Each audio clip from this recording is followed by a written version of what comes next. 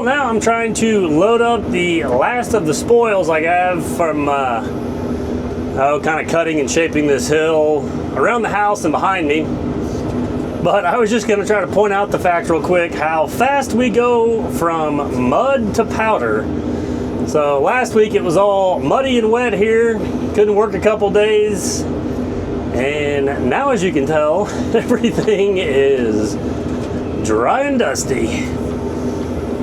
It's pretty windy today. I think it's supposed to get to 87, I believe, and then over the weekend, or Sunday into Monday, we start getting chances of rain for most of next week. But yeah, it's crazy how fast here in southwest Missouri with the sun and wind, this ground will dry up. So now we went from having mud everywhere to having to blow out air filters and radiators already.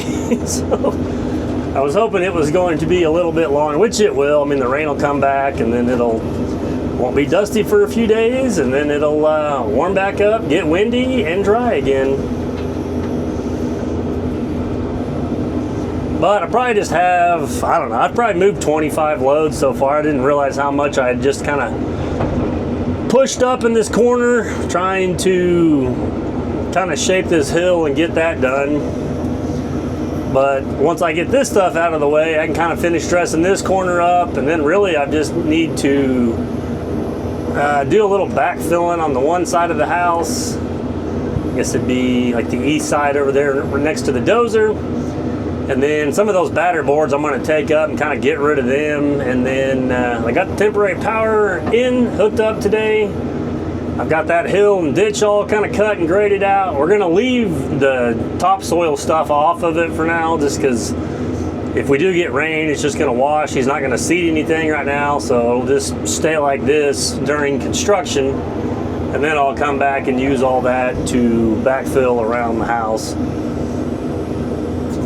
But kind of once I get that dressed up, those batter boards down, I really just need to spend a little bit of time down by the shop spreading all this stuff with the dozer, and then spread a couple loads of base rock on there where he can put his lean-to in, and I will be out of here for my first round of work, which has got 80% of this site pretty much done now, which is what I try to kind of do. Like the very beginning is just do as much of the cutting and shaping and grading and even kind of the rough grading on the yard as I can. It just makes it easier for everybody behind me to work, and it's got to be done at some point, so a lot of the stuff is really easier for me to do when there's not a house there.